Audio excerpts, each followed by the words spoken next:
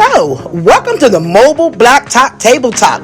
I am your host, Sharon Nelson, aka Miss Love.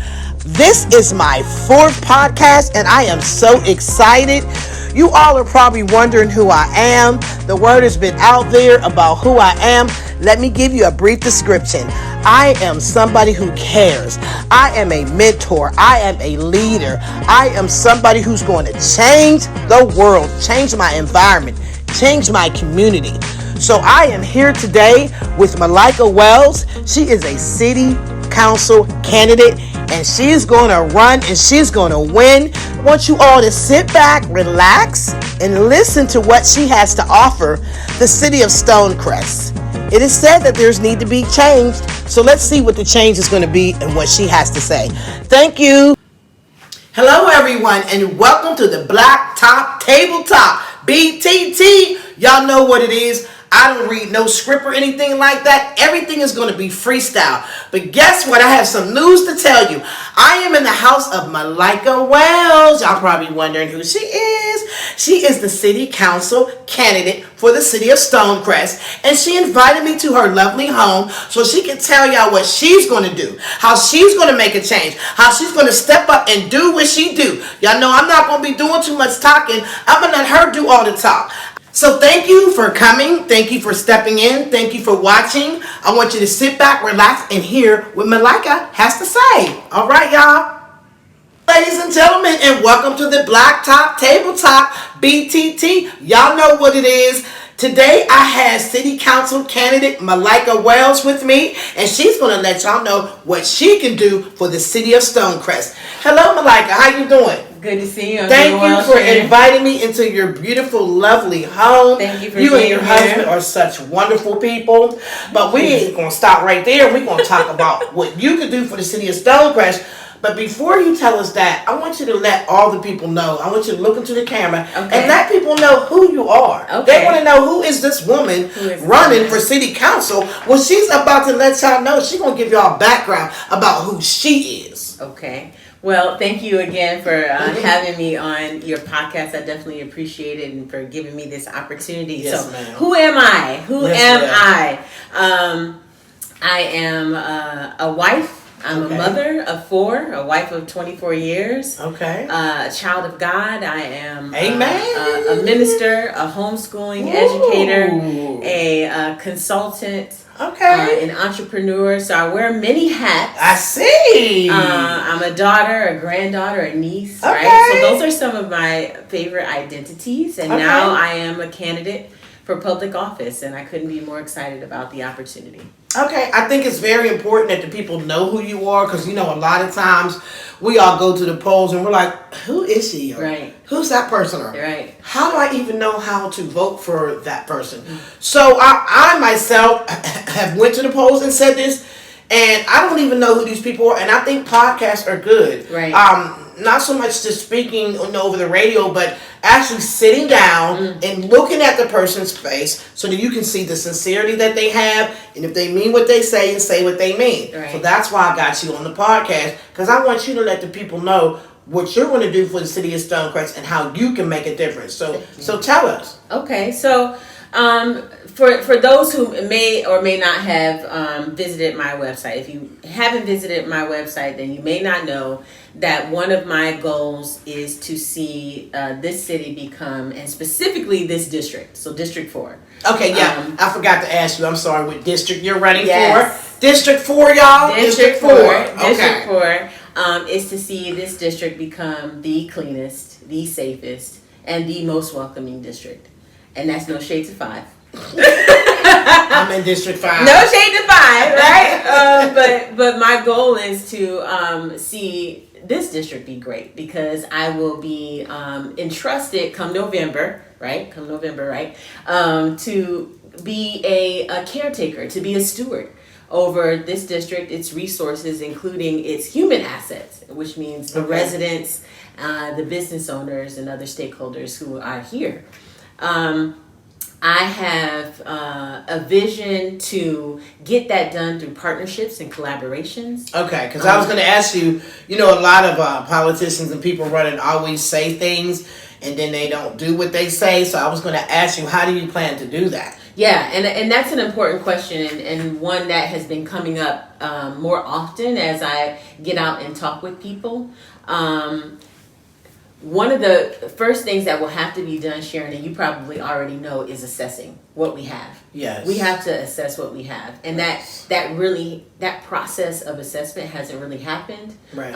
If it is happening, it's not being shared with. I was going to say an honest assessment anyway. Yes, an honest assessment is not really being done. So my plan for making sure that we have a clean district in District 4 is assessing what's happening as far as our code enforcement is concerned. Okay. Right? Code enforcement is a really important function in a city. Right. It helps you set the standard and the tone for what community members, business owners, and others who are visiting can expect to see in your city. Okay. So one of the things that I'm excited to do is to partner with code enforcement to review violations that have occurred over the last and make sure year. that they're fair.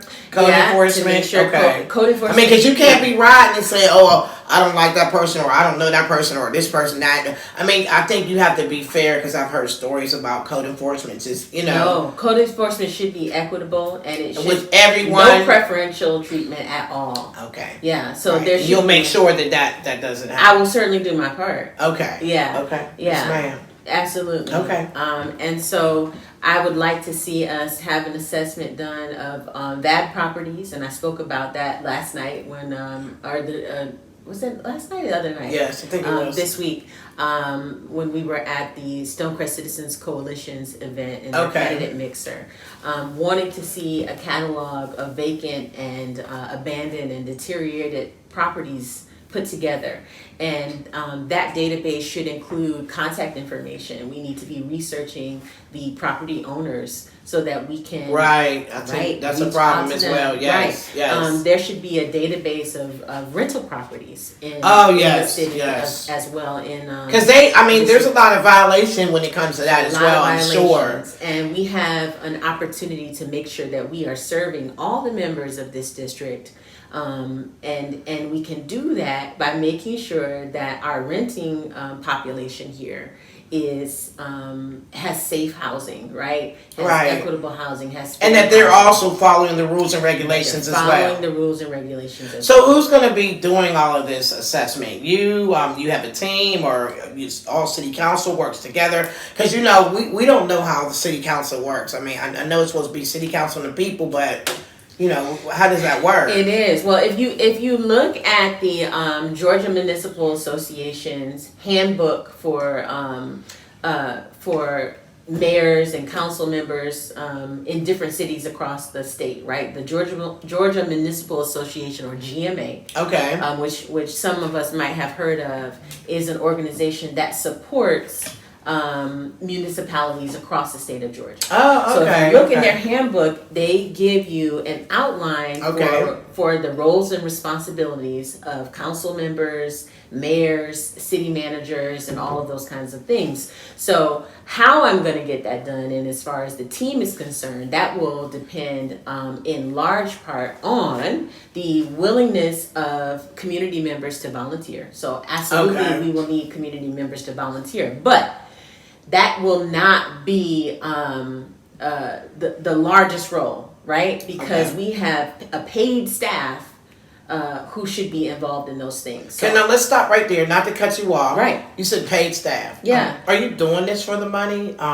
Me, running for office for the money. Yeah. Are you aware of the salary for it? So, I never asked anyone that got on here just yet. And I think that the people should know that. I think it's important. So, are you allowed to talk about that? Well, I don't know why I wouldn't be allowed to talk about that. But am I doing it for the money? No. Okay. And I think most folks who know that I was previously the president of the Stonecrest Citizens Coalition. Oh yeah, I was going to ask you about that. Doing this work without getting paid already. You know what I mean? So, like yourself, the money is not really a motivator. No. I don't get paid for BTTT, you all. Yeah. I'm like Malaika, and that was a good example. Using me as an example, that was great. I don't get paid for doing this. I've always helped people. I've always wanted to help people, like I said in my intro. And just like her, I want to volunteer my services. And I do believe that when you sow seeds, I believe it pays off. And I believe you get to know people, and things will start working in the way that you want it to work. So that was a good example. Thank you for saying that. Absolutely. I had to shine for a minute. Well, it's your show. I had to say that. Okay, but go ahead and finish. Yeah. So now you're asking me to pick up the thread on where we were. About the salary. Right. The salary. So the salary, I think, for council people is about $15,000 a year. Oh my gosh. Yeah. Wait a minute. Yeah. No. Yeah. Did y'all know that? Yeah. Are you serious? Mm-hmm. I'm serious. So you have to do or oh no, I did not know that. It is. Now, here's the thing about that. Yes. If you have a super tight administration, city administration, okay, this could probably be more of a part-time position. But I don't anticipate that will happen in the early part during my term, because we've had so much turnover. So this city has suffered so much turnover as far as staff is concerned. Oh my goodness. And they've gotten new people now. So stop right there. Not to cut you off again. But you are. So yes, to cut me off. What is it? Because I have so many questions now, and I told you I'm not going to ask you unless it comes to mind. What's up with the turnovers? What's going on with that? Do you know? Well, what causes turnover? We've heard some reasonings for it, right? Okay. That people are not a good fit. But I'm like, how is it that many people are not a good fit for the organization?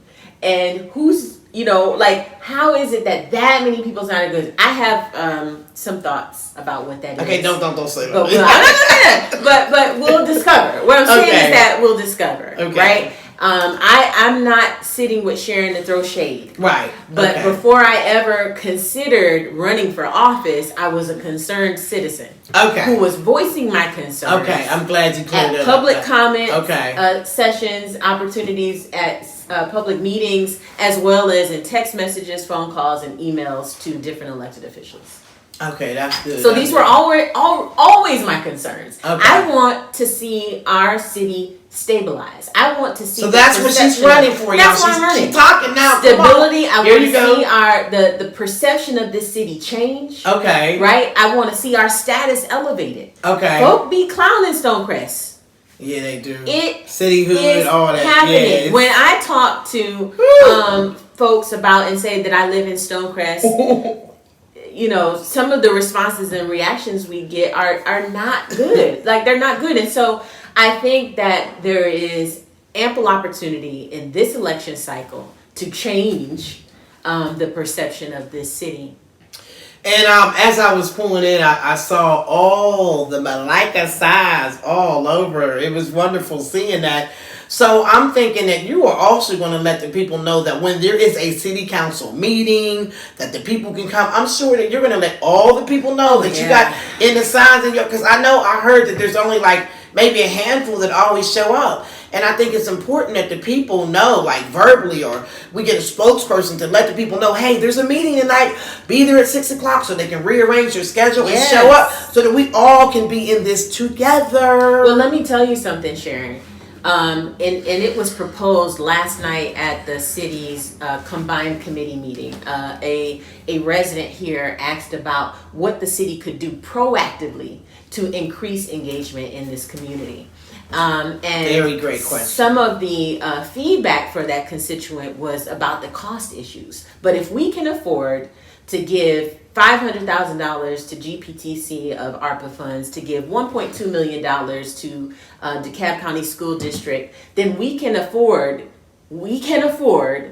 to invest in citizen and civic engagement in our city. Because it's important. I can do that There's for free. no reason. Finances is not a reason. So if finances is not the issue, then that means there is no reason that we should not be making sure that we mail out a postcard to every address in the city to say, you're in, hey, yes. did you know that you live in the city of Stonecrest? This Do is you your know district. what district you live in? No. Do you know? Here's the district that you live in. Here's I like that. Here's your council person. Here's your mayor. And here's Who's mine? And here's the contact information. All of that can be put in a mailer. If we really want there to be significant increase in engagement, if we really want to see our voter numbers increase, that is a way that we can do that. And by the fact that it's not been done should speak to constituents about the intent of this current administration to see and really have sincere civic engagement here. I like that. That was good. So we don't want the video to be too long because I think you said enough. I think you said a mouthful. I think you said a lot. That was good. So we're gonna wrap it up. Y'all know I only do about 5 to 10 to 15-minute podcasts because I don't want to lose y'all attention, and I want this video to go viral. I want y'all to share it. I want y'all to really get this word out of what Malaika has to say. So just to wrap it up, Malaika, what else would you? I want you to look in the camera and I want you to tell the people in so many minutes, what you want to say. Bring it. All right. So a vote for me means that you really do have a seat at the table. I understand that elected officials serve at the will of the people. What you're going to get, District 4, if you vote for me, is someone who is going to listen to you and engage you and proactively seek you out. I'm not going to hide from you. You're not going to wonder how to reach me by phone, by email, when my office hours are. You're not going to have to look and find out when is the town hall meeting happening, when we're voting on things. You'll get that information from me first, right? And I will be available, and I will be listening to you, championing you, and making sure that your input impacts how I vote on the issues that come before us. Because if I'm not voting in alignment with community will, then I'm voting incorrectly. I like that. So I want you to first tell them the deadline of if they're not voting, if they're not registered to vote. I want you to give them a deadline for that. Sure. I also want you to give them your email, your web address, and etc. And we'll end it right there. Okay. So you can reach me online at www.malaika4d4.com. That's MALAIKA, the number 4, the letter D, the number 4.com. So Malaika44.com. My phone number is 404-594-2460. If you want to email me, it's info@Malaika44.com, and I'd love to hear from you. Early voting in DeKalb County starts October 16th. So DeKalb County residents will be able to begin early voting on October 16th, and election day is November 7th. Okay, so ladies and gentlemen, there you have it. All the information that she gave you will be at the bottom of your screen. Please listen to this podcast. Watch it over and over again. Please share it. Y'all know I don't get paid for this. I'm doing this because I have a caring heart. If I could run for mayor and city council, but I'm definitely not intellectually knowledge about that. So I think everybody has their space. I mean, you guys are they like all of y'all know what you're talking about. Y'all smart on the books and everything, whatever you call it. So y'all know I don't get paid for this. So I just want to let you know that if you want to donate to BTTT, go to blacktoptabletalk@gmail.com. That will also be at the bottom of your screen. What I do with that money is my inbox is overwhelmed with so many people being put out of their apartments, people suffering from domestic violence. I mean, and I was taking this out of my own funds, and it's overwhelming because I don't have the funds anymore since the economy has had an impact on everyone to do this. So I'm asking you all to a donation as little as $1. If 1,000 people give me $1, that's $1,000. So I'm just asking you to donate to blacktoptabletop@gmail.com. That's the Zelle information. If you would like to be a part of this podcast, please email me. I am calling out all city council members, all mayors, new, old, whatever. Come on. I'm not discriminating. Bring it. Let's see what you have to say. I have a group growing with 2,000 people in it. Half of them are Stonecrest residents, so you might want to get on the podcast, okay? Everybody, I'm an influencer. Everybody trusts me. They know me. And I believe that the group is going to be 5,000 by November 7th. And it's going to be 20,000 at the end of the year. Yes, that's me. Sharon Nelson, Love. Love. That's what they call me. That's what people know me as. So I just want to let y'all know. Thank you for tuning in. The future guest that's coming is Belinda Hall. She owns the restaurant. She's coming. She's running for District 2. So I want y'all to tune in for that. I also have Bernard Smith, who's also running for mayor. And I think that's about it. And then I have a lady who's went through domestic violence. She's going to be on the show. And I have another young lady who did the TikTok challenge, poured the alcohol all over her body and set herself on fire. And she's going to be on the show too. And we're going to talk about that. So thank you guys for tuning in. Again, please watch the podcast and share it. Thank you, y'all. BTT. BTT.